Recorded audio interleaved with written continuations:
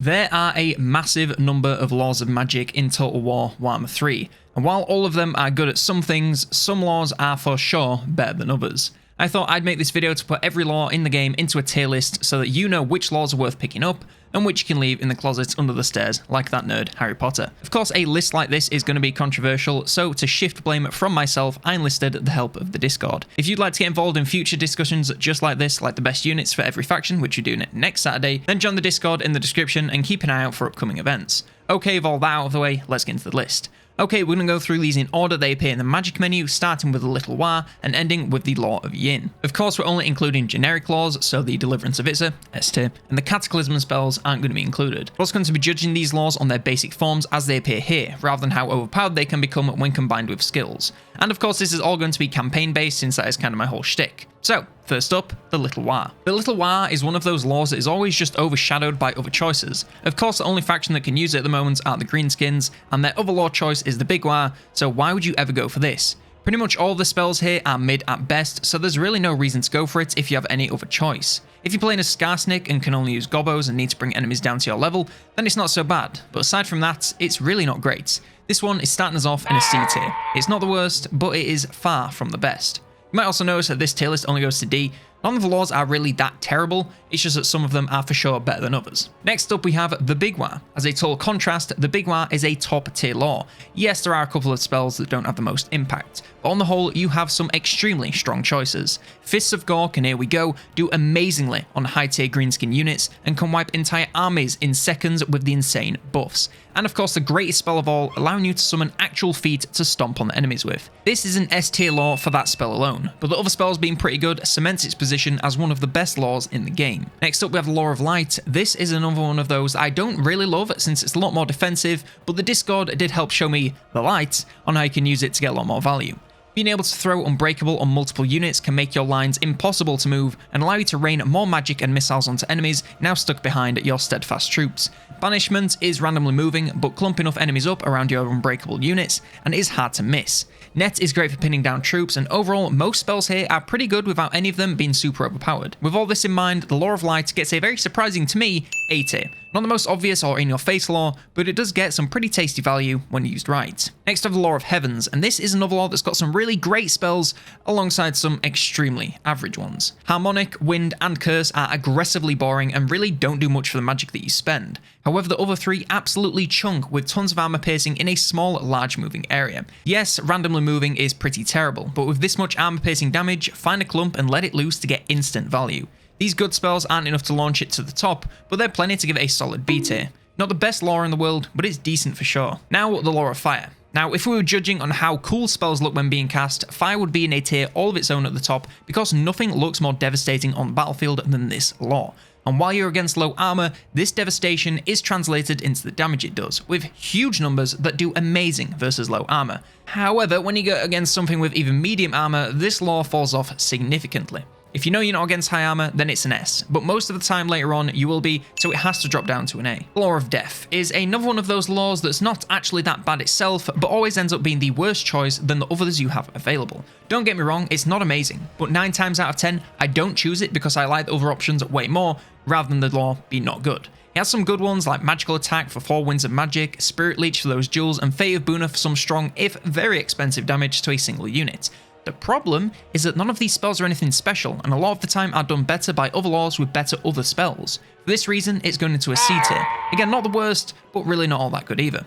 Law of the Vampires, S tier. Any questions? Yep, thought not. Yeah, the Law of the Vampires has been top tier since day one, and it's for 3 reasons. Reason 1, Raise Dead. Summon spells are never bad, even with terrible units, so this is just great, and it's also super cheap. Reason 2 is Wind of Death. Yes, it's been nerfed, but it still does great damage on clumps, and can deal a crushing blow even in the late game.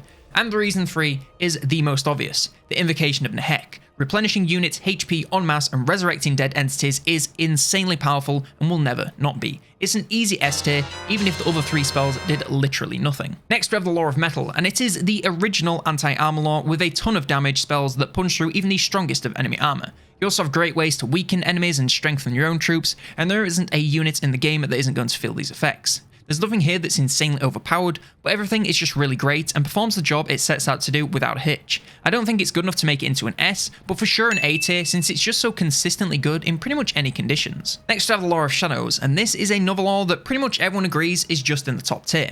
Of course, it's been nerfed, but it still doesn't really stop this from being a super strong choice for magic users. You have amazing buffs and debuffs combined with 2 fabulous damage spells that can pretty much ignore armor and hit straight to the HP bar. If you can find a clump big enough to drop a Pit of Shades on, you will rack up stupid numbers of kills and damage. It's great versus armor, and of course versus resistance, so there isn't really much that can stop it. It's another easy S tier, take this law whenever you can, and you won't regret it. Next up we have the Law of the Wild. Now this law is a bit of a weird one. Most of the spells are pretty average aside from the stupid overpowered Savage Dominion which summons Cygors because balance. Aside from this, you're looking at pretty mid-tier active spells. But the one thing that makes this law really strong is strangely the passive, believe it or not. Casting spells and proccing this passive grants charge bonus and vigor regeneration for 9 seconds. The Beastmen rely on charging to do half their damage, and restoring their vigor by nearly 10% per cast will keep them fit and energized to charge around the map basically forever. There is no passive that has such an impact on a battle. But here we are, and for this and the Cygor summon, the Discard and I award the Law of the Wild a very respectable A tier. Did you see that coming? I shouldn't. Now comes to the Law of the Beasts, and this is a law that I honestly never go for as it always just seems very mid, and to be honest it kind of is. You have some decent buffs and debuffs as well as a nice summon and some damage. Nothing in the law is too crazy, and that's okay. Sometimes you need some stability from your magic. It's one of the laws that needs a little bit more nuance to get a ton of value from, but it's by no means bad. It's getting a B for Beasts. Honestly, possibly the most average law that you can get. The Law of Life is pretty bloody strong, I can't lie.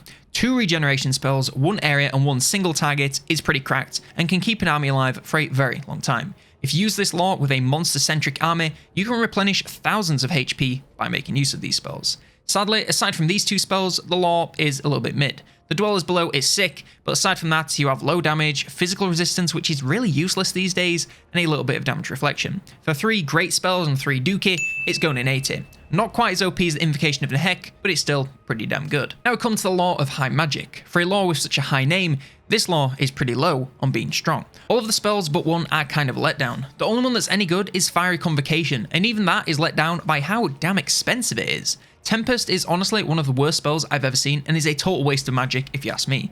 The only thing really good about this law is the passive. Ward save for your whole army is pretty tight, but not tight enough to save this from the absolute shame of the bottom tier. It's going in D. Avoid this law if you have any other choice. The Law of Dark Magic is better than High Magic, but not by a lot. It's another law where pretty much every spell is a letdown. Getting more magic is great, but taking damage, not ideal. Word of Pain just buys you time. Blade Wind randomly moves, Doombolt has an insanely long travel time so has to be sent way in advance, and Soul Stealer is crazy expensive. The only one that's really any good is Chill Wind, but one spell doesn't make a law great. It's not quite as bad as High, but it's not loads better, so it's going in C tier. Okay, this is taking too long. Time to rapid fire a couple because I don't think anyone's going to argue with these. Spells of Ruin, S tier. Warp Lightning alone, it's so overpowered. Yes, there are other spells, and they are just fine and sometimes even good, but Lightning is amazing, and it's crazy that you unlock it first. Easy A tier. The Skaven spells of Plague. Skaven have another S tier on their hands. Not only does this law have some great damage with the Plague spell, not only does it also have some buffs and debuffs for Plague units, but it also has 2 different summons. Summons are amazing, and having 2 is basically cheating. Now come up to these Skaven spells of Stealth, and this is one that we had possibly the most heated discussion of. We really disagreed, and I did have to concede some ground in the end. The Discord was convinced this was an S tier, but I just can't see it. If you have a sneaky army, then sure, this is a great law to complement that playstyle. If you go in with any of the other like 6 playstyles the rats have at this point, it's not even slightly as strong if you ask me. They wanted to put it into S, but I stood my ground and we settled for an A tier. It's not for me, but if you want to sneak around, then go right ahead. Alright, we need more rapid fires, this video is getting way too long. Nehekara, it's outdated and it's mid across the board. It could do with a big spring clean to dust the cobwebs off, because right now it's hard to pick it even for the novelty. It's going in C. It was going to go in B, but then it got demoted when we realised it doesn't stack up to the other Bs, as you'll see later. Now comes to the Law of the Deep. This is a pretty nice law, and it's of course part of the Vampirates, so has great theming as well, which is a plus. It has nice spells on the whole, with magical missile damage being way more useful now that there's so much physical resistance out there. The summon is obviously great, Kraken is top notch and is like a very much weaker Heart of Winter, so can't complain there. And of course, Waagh's Revenge is super strong and looks amazing too. It's not an OP law, but it is very strong, so it's going to go into A. The Law of Nurgle doesn't really have anything wrong with it. And I mean, that is probably the best way to describe it. It just has solid spells pretty much all around. Yes, a couple of them are quite mid, but the massive explosion damage and the huge heal are top tier spells that can turn the tide of battle in a single cast if you land them at the right time.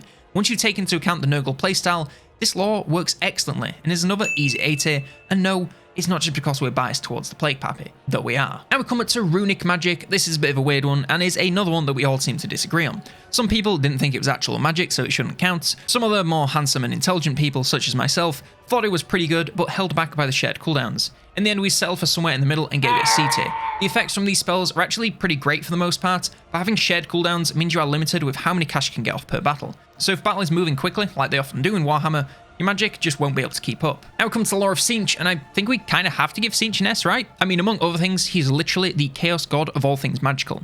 It also helps that this lore is also really strong with 4 damaging spells that can deal devastating amounts of damage if you choose the targets right. As well as this, you can steal magic from enemy casters, which is very on brand and also pretty bloody strong. It's an S tier because we have to, and also because the lore is just really good. The lore of Slaanesh, much like the army roster, is focused on one playstyle in particular, and that is Flank and Smash. If you use this playstyle, then it does pretty well with spells to keep enemies still and easy to charge, as well as buffs to your units and a good bit of damage. Sadly, if you don't use this playstyle, it does fall off a bit, and looking at the list, it's hard to put this on the same level as Fire, so it's going to go into a B for Slaanesh. Now we come to the lore of the Great Maw, and this one's a prize for the biggest missed opportunity with the name. Should have been Lore of the Maw, guys. This is a pretty mid lore across the board, with the first 4 spells being painfully average, and the 5th being really great, and the last one being pretty good. They do work well with the Ogre playstyle, but they're still just not the most powerful spells in the world, especially when compared to the competition. It's going to have to go and be just a mid lore all round. Okay, these last few are really simple, so it's time for some more rapid fire. Ice, really good. It has 3 top tier spells and 3 pretty mid ones, but it doesn't quite get into that super OP status, so it's going into A tier. Lore of Tempest is honestly pretty on par with Ice, making it a tough choice between them when making Kislev armies, and I often just bring both. It has a different focus than Ice, but it's still of a similar power level, with half the spells being great and half being just okay. So it's going to be another A. Lore of Yang has some good spells across the board, but nothing is super duper OP, so I can't push it all the way into S tier. You have some nice damage, as well as some good buffs, but nothing here is crazy. It's an A, and a strong A at that, but I can't let it go any higher. And finally, to keep things balanced, as Yang is, Yin must also be, so it's another A. But that reason aside, it really is another A tier lore. You have some pretty great buffs, as well as some very nice damage, spells, and a summon, and all of them are pretty good. None of them are super OP, and some are definitely better than others, but across the board, it's a strong performance, so I feel very happy giving them an A. And that is the list. Let me know if you agree with it or what you change in the comments below. Leave a like if you enjoyed this video or found it useful, and subscribe to stay up to date with all future videos. As I said, also consider joining the Discord so you can take part in videos like this in future. It was a lot of fun, so I'd like to do a lot more of these. If you're also feeling a especially big penis, consider becoming a member on YouTube or a patron on the Patreon. Doing so gets you early insights into future content, increased voting power, and discounts on merch, as well as shoutouts at the end of videos, just like Henry Tucker for his support at the Officers tier. Thank you to all supporters, and one last thank you for watching, and for now, I've been COLONELDAMNEDERS, and I will see you next turn.